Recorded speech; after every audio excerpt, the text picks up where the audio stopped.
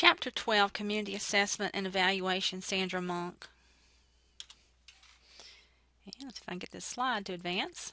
Okay, so first we want to talk about, I'm going to talk about what community is and some specific information about your community assessment, but you will each be doing a community assessment. In week 6, you have in the topics, your discussion topic and discussion thread for this week, for week 6, is simply this: to put in there what your community is that you're interested in assessing, and also if you are going to be doing your assessment with someone else, if you will also let me know that. And then I'm going to, this PowerPoint is going to talk you through how to do your community assessment and evaluation, and some important facts that you'll need to know for your next exam. So if you use these notes, I think they'll be helpful in helping you with your next exam, and I'll point out to you things that I feel like are really important concepts, but I really tried to narrow it down. Okay, so what is a community? It is, a brief definition is, it is a social group. They have common goals, and they are within the same geographic area. And so you'll be doing your community assessment on a group, a community that is a part of a social group. They have common goals and they live within the same geographic area. So you can use a town, you can use a school, but it has to be a group that's somehow tied together socially. And this is very much the same as doing the nursing process. I think it's more evident you're doing the nursing process in this than any other any other part of nursing or any other specialty in nursing. So I want you to be familiar with, there is a nursing process flow chart that's used in the community as client, and it's on page 228 in your textbooks. I want you to be familiar with that so that you would recognize that if you saw it again, just to reinforce the fact that this is part of the nursing process. And then I have a pop-up that keeps showing there. I hope you don't see it. Okay, so community as a target of practice. The community is a target for the public health nurse, and the practice is focused on the broader community instead of on individuals. In this case, where we're doing a community assessment, and public health nurses in particular are focused on communities rather than individuals. The community is the setting of practice, so you'll hear us talk about that a lot. And then the public health nurse integrates community involvement and knowledge with personal and clinical understanding of health and illness. So as I go through the slides here, I'm going to talk to you about key informants, but you have to stop and think about why would we want to include people who live in the community, and that is because they have a unique perspective. They also can share values and beliefs of what's going on in the community. So that's an important concept. So what can happen when a community health nurse joins with the community as full partners in creating health changes? And one of the things that happens is a redistribution of power and influence is created. And remember how we talked about in health education that the best way for a person to, an individual to make health changes is for them to be responsible for their health. Well, with communities, the same sort of concept is in place, that we want to shift that distribution of power and empower the members of that community who are defined as a social group with common goals in the same geographic area. So in your community health assessment, it is one of the core functions of the public health nurse is to assess, and you are going to describe the community in 3 dimensions: the place, the people, and the dimensions. And in that, you're going to identify their needs, clarify problems, and identify their strengths and weaknesses. You also look at opportunities and threats, like a SWOT analysis. Now, you have a rubric that goes with this community health assessment, and it is threaded throughout this PowerPoint presentation. So if you want to take that out and look at it, or look at it a little bit later and compare it here to your notes, but you'll see each one of those categories has points for what collecting that data for the different areas. And if you have any questions about that, you can email me or call me if you need to, and we can talk about that community health assessment that you'll be doing in groups of 2, or you'll be doing alone. So the community health assessment is just like the nursing process. Here is a picture of that, the same one that's on page 298 in your book. And the one thing that's a little bit different is the establishment of a partnership, and then you do your assessment, your nursing diagnosis, your planning, your implementation, and your evaluation. So you're going to do all of those pieces when you do your community health assessment based on that rubric that is in D2L. Okay, so you are going to be interviewing. One way you can find out data, I mean, you can look on the internet, you can do, surveys, and we're going to talk about some of the other, data, collection.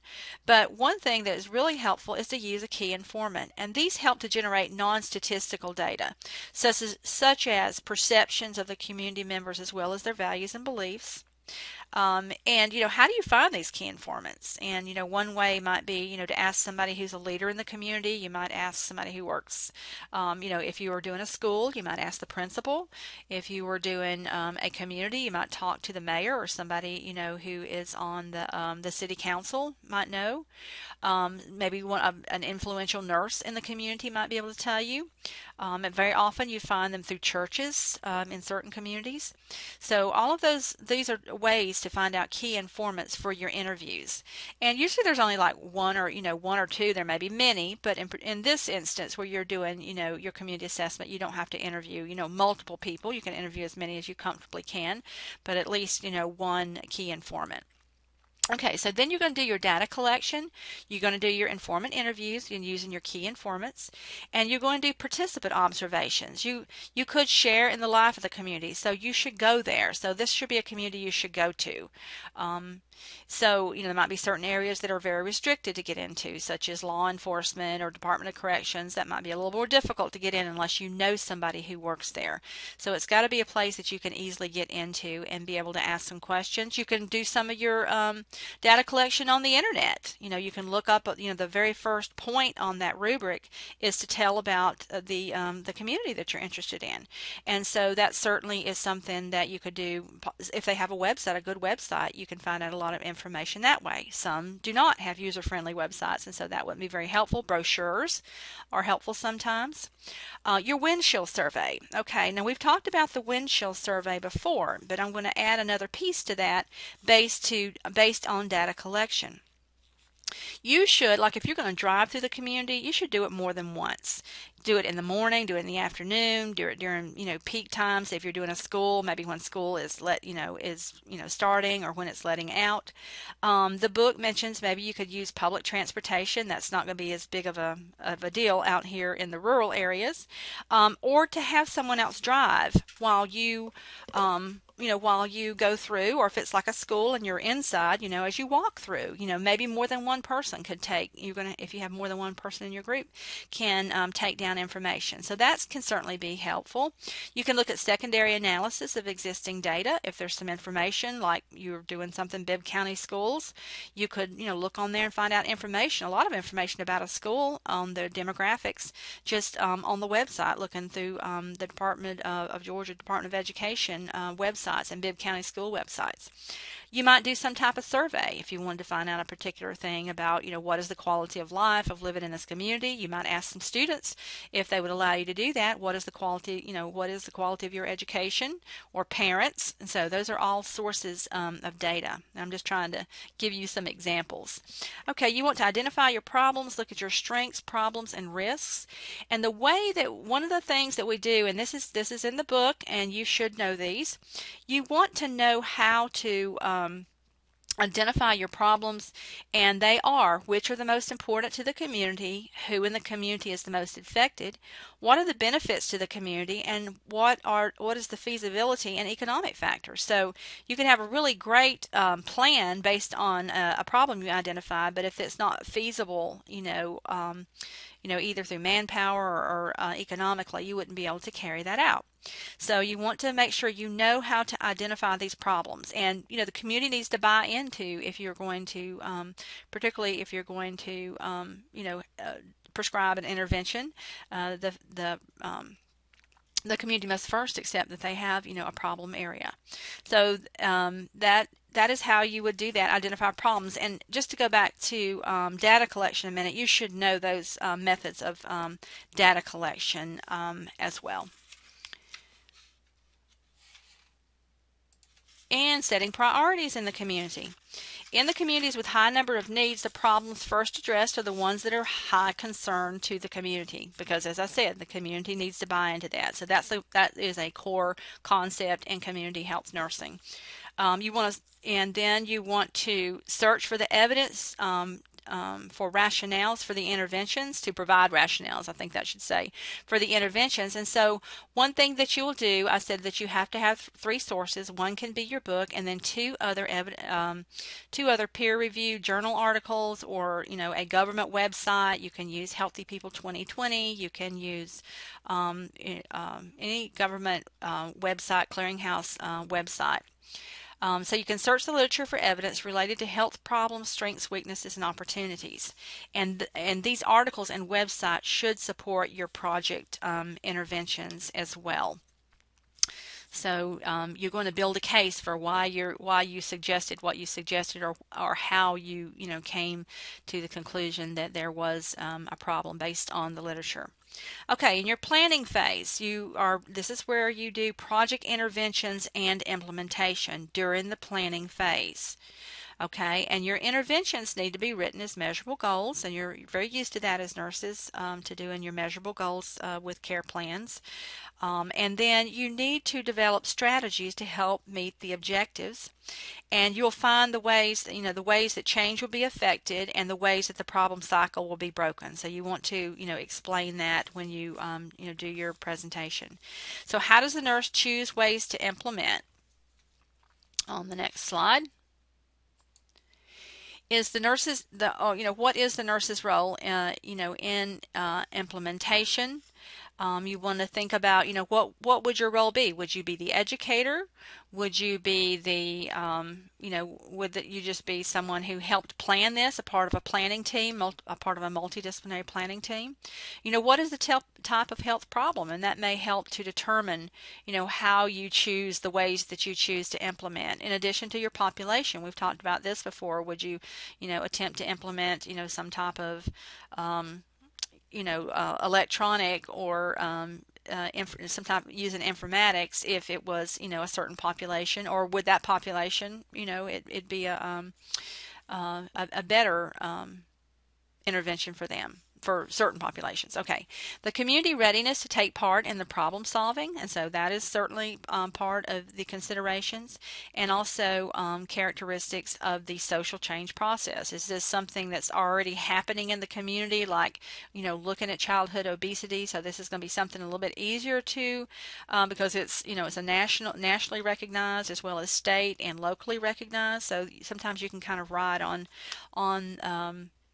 with social change that's going on at the same time. Very often it's done in public health and community health nursing. Okay, evaluation, the appraisal of the effects of the organized activity or program. You may not be able to do your evaluation, but how would you do your evaluation?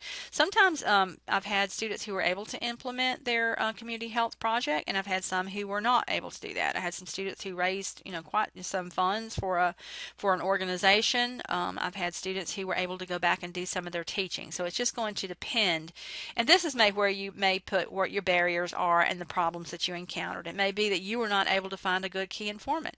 It may be that it is a time factor for either you and or the program to go back and do the education that needs to be done. And so maybe you'll send them the information via email, or some strategy like for that example.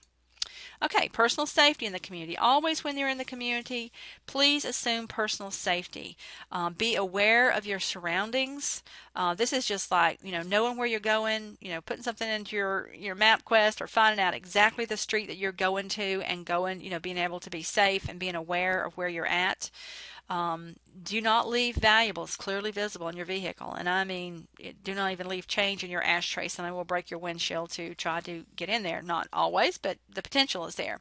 You always want to call ahead of time to schedule a meeting, because the person maybe have scheduled it a couple of weeks out, and then they're too busy to meet with you at the time of the meeting. So it's always best to call before you go, to make sure that you don't end up waiting, or the other person is not able to meet with you. And also use other community community members or other healthcare professionals. So if there's some way, that I can help you to get into your community of interest, I'll be happy to do that. And then also use that of other health professionals if there's somebody who works in that agency to help you to get the entry for your community assessment.